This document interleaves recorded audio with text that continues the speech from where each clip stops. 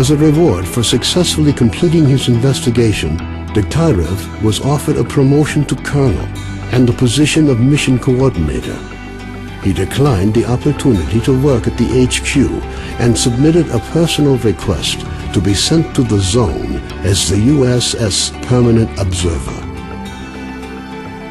The information about the development of psi devices obtained by S.T.A.L.K.E.R alerted USS commanders.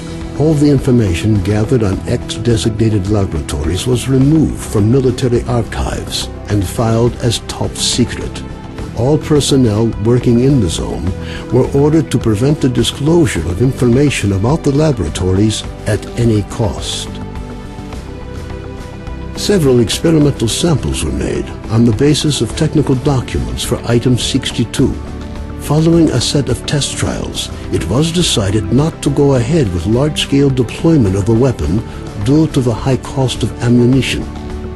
Nonetheless, it would be reasonable to assume that further development of the Gauss rifle is ongoing.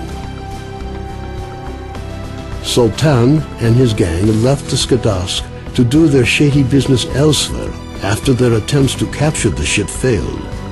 The ensuing feeling of relative safety among stalkers led to a massive increase in the number of artifacts sold to Beard, causing his business to boom, while the formerly quiet Skadovsk bar became as popular as the famous 100 Rods bar, despite being almost in the center of the zone. Following the destruction of the Bloodsucker Lair, it's unlikely that anything could significantly change the state of affairs on the Skadovsk. The old ship became a temporary center of stability in the ever-changing world that is the zone. A fragile balance was reached between freedom and duty squads at Yanov Station. Tired of the endless struggle, fighters of both factions started leaving their squads and joining the Free Stalkers. The scientific expedition, organized by Professors Herman and Ozerski, was a success. The data they collected facilitated the development of groundbreaking medicine and technology, which prompted the Ministry of Education to allocate additional funding for researching the zone.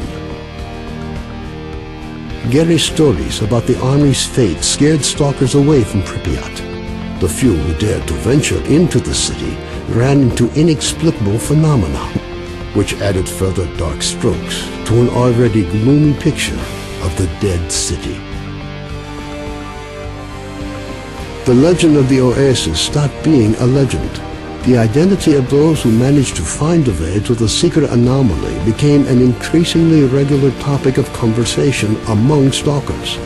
Despite this, the number of adventurers trying to find it remained high, something the bandits were quick to take advantage of, with constant offers to lead stalkers to the Oasis, which usually ended in muggings at a safe distance from stalker camps. Organized mercenary squads continue to be active in the zone. Their interest in the secret laboratories is becoming increasingly difficult for USS operatives to ignore. Attempts to establish the identity of the client who hired the mercenaries proved unsuccessful. The area around Yanov Station continues to attract growing numbers of stalkers. The lack of dangerous mutants and abundance of anomalous areas have led to the area being referred to as a treasure trove, with increasing regularity. Zulu returned to duty's main base at the Rostock plant. Nobody knows what he discussed with the leader of duty, General Voronin, but several days later he was spotted at the head of a large squad on its way to the center of the zone. Vano headed off to the freedom-controlled military warehouses, where his cheerful personality and optimism quickly earned him the popularity they merited. Ultimately, he took charge of a small group of researchers involved in investigating anomalous areas. A new group appeared in the zone. They are well trained, but their objectives are not known. Rumors say they used to be monolith fighters. Their leader is known as Strider. Senior Lieutenant Sokolov continued to take part in flying missions over the zone. During one such recon flight over Limansk, his aircraft was shot down by mercenaries. 2 weeks later, he was picked up by a patrol near the cordon. Within a month of his rescue, Sokolov had left the Air Force, joining a civil airline instead. A group of stalkers was forced to seek shelter on Noah's old barge during a particularly powerful emission. When the barge was attacked by a horde of snorks afterwards, stalkers were forced to concede that the barge was as good a defense against mutants as anything they'd seen.